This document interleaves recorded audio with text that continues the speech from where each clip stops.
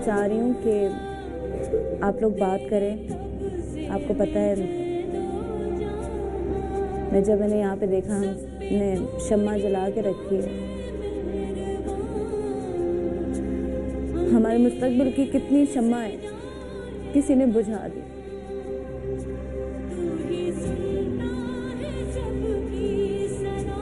दिल को दिलासे देते हैं, दिल को बहलाते हैं, सब ठीक हो जाएगा, अब नहीं होगा। बहुत चीखे हैं, बहुत चिल्लाए। आज मैंने सोचा कि बल्कि कल से मैं सोच रही हूँ कि बोलना ज़रूरी है, चीखना ज़रूरी है। आपकी खामोशी सबसे बड़ी चीख होती है। आपकी खामोशी को जो शख्स सुन सकता है, आपके लफ्ज़ों को वो नहीं सुन सकता।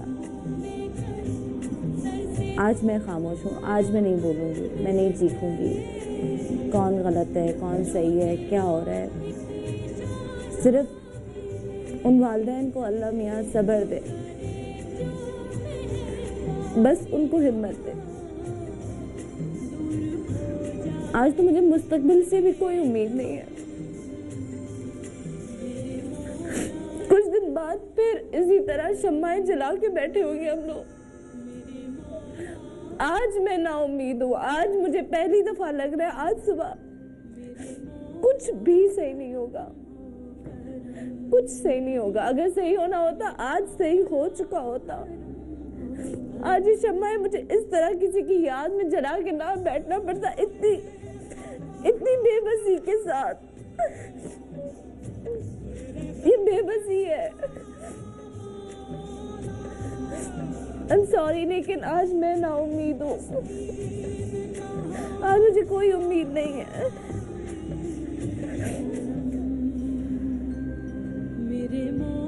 अच्छा, मेरी टीम में से आप लोग कोई बात करना चाहेगा?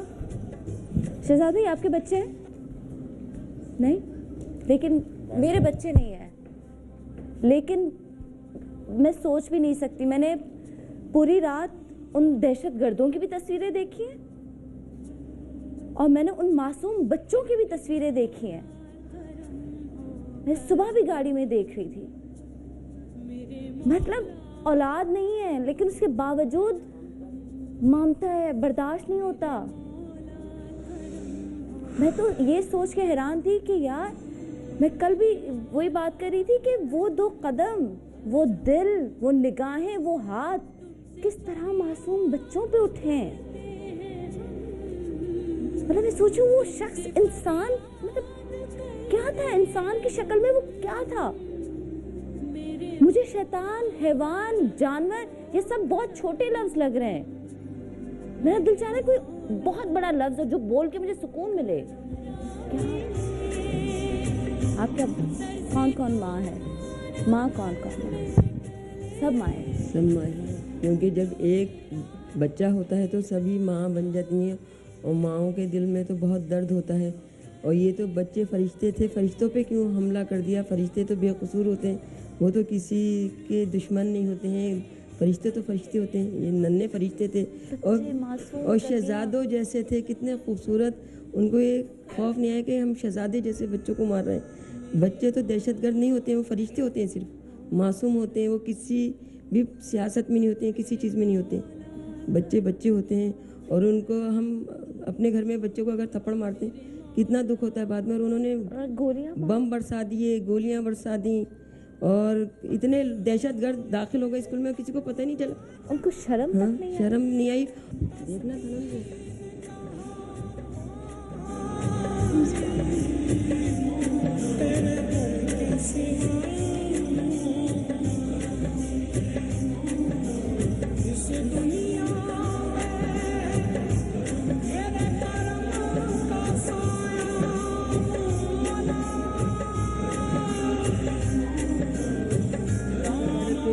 एक महीना पहले वाघा बॉर्डर पे करा, अभी वो उसका हम नहीं भूले थे, तो ये कल फिर हो गया।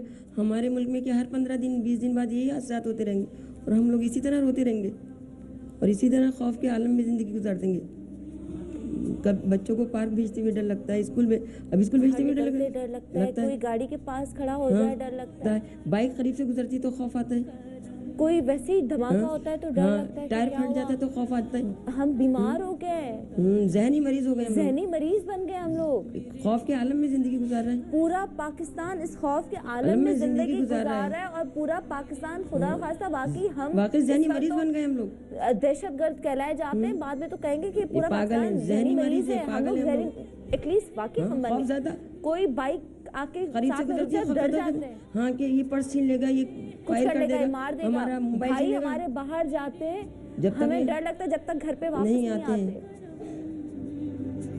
हम उस मतलब अचानक कभी हर आंख खुल जाती कि सब खैर है, अल्लाह आ खैर, गए। अल्लाह खैर। अगर कोई जब फोन तक- ना उठाए तो हम रोना शुरू कर देते हैं। और जब तक घर पे नहीं आते तो ये होता है अल्लाह खैरियत से आ जाए। मौसम भाई आप क्या बात करेंगे? और मैं चाहूँगी जितने भी कॉलर्स आज बात करना चाहते हैं, जो भी उनके दिल की बात है, उनको मासूम बच्चों को देख के प्यार आ रहा है। सोच मेरे मौला करम हो करम,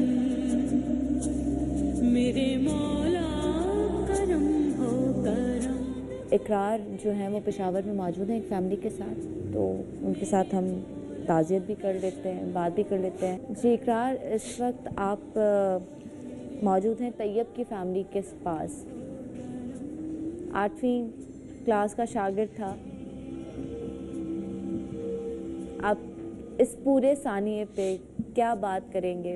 आज समझ नहीं आ रहा बात कहाँ से शुरू करें, सवाल क्या पूछें, आप क्या कहेंगे? बिल्कुल, कल से यही, और ख़ास तौर पे जब आपके अपने बच्चे हों सनम, तो फिर बड़ा मुश्किल हो जाता है इस सूरत हाल पे बात करना भी, लफ्ज़ भी ढूंढना।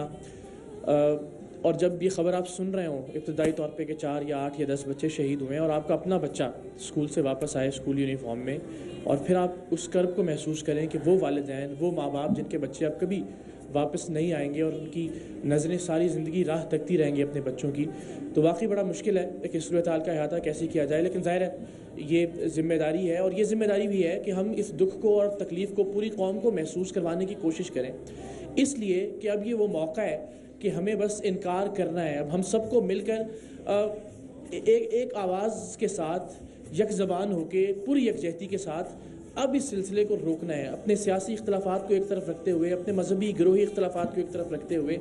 इस वक्त पेशावर की जो सूरत हाल है सनम, यहाँ हम जिस गली से गुजर के आए हैं वहाँ या तो किसी बच्चे का जनाजा किसी घर से उठाया जा चुका है या अब से कुछ देर में उस जनाजे को उठाया जाना है।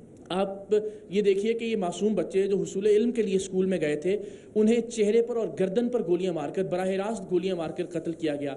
कुछ ऐसी इत्तलात भी हैं कि ज़िबा किया गया कुछ मासूम बच्चों को, उन मासूम बच्चों का जिनका इस नज़रिए के साथ, इस सारे तनाज़े के साथ कोई लेना देना नहीं था। और फिर सबसे बड़ी बदकिस्मती ये कि उनकी लाशों की जिस अंदाज में तज़हीक की गई, गोलियां मारने के बाद, उन्हें कत्ल करने के बाद उनकी लाशों को स्कूल से बाहर निकाला गया और दीवार की दूसरी जानिब फेंका गया।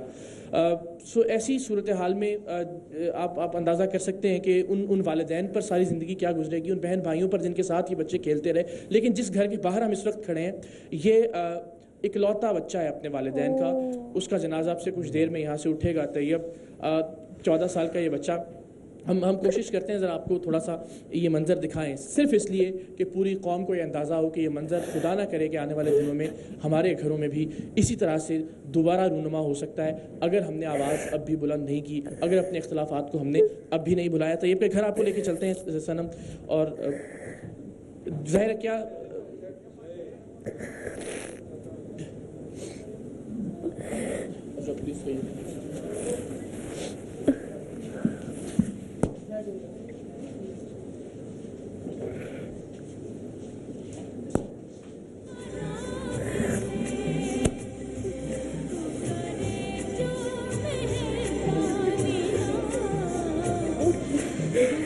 ये तैयब की मैयत है और इसकी आप देख सकती हैं कि इसकी मूछें भी ठीक से नहीं आई। वो कहते हैं ना कि मसें भीगने की न्याज भी शायद इस बच्चे की अभी नहीं दी गई होगी। पहले मोहल्ला, रिश्तेदार, अजीज़ व अक़ारिब यहाँ इकट्ठे हैं और अब से कुछ देर में इस सहन में जहाँ बचपन से लेकर अब तक इसकी हंसी गूंजती रही होगी, जहाँ माँ इसका इंतज़ार करती होगी स्कूल से वापस आने के बाद, अब से कुछ देर में इस मासूम तैयब का जनाजा उठाया जाएगा। 14 साल के इस बच्चे का दुनिया की कोई ताकत, कोई क़ुव्वत जुर्म बता दे कि इस अंदाज में इसे गोलियां मार के कत्ल किया गया और फिर इस समेत बाकी इसके जितने भी दोस्त थे उनकी लाशों को दीवार की दूसरी जानिब फेंका गया। हम चाहेंगे कि एक आखिरी दीदार ज़रा कौम भी इस मासूम और नन्हे फूल का करे। फूलों का शहर कहा जाता है पेशावर को, और कल न जाने कितनी माओं के फूल मुरझा दिए गए और तैयब भी उनमें से एक है। ऐसे मनाजिर इस शहर में जा बजा हर गली में, हर कूचे में सनम बिखरे हैं।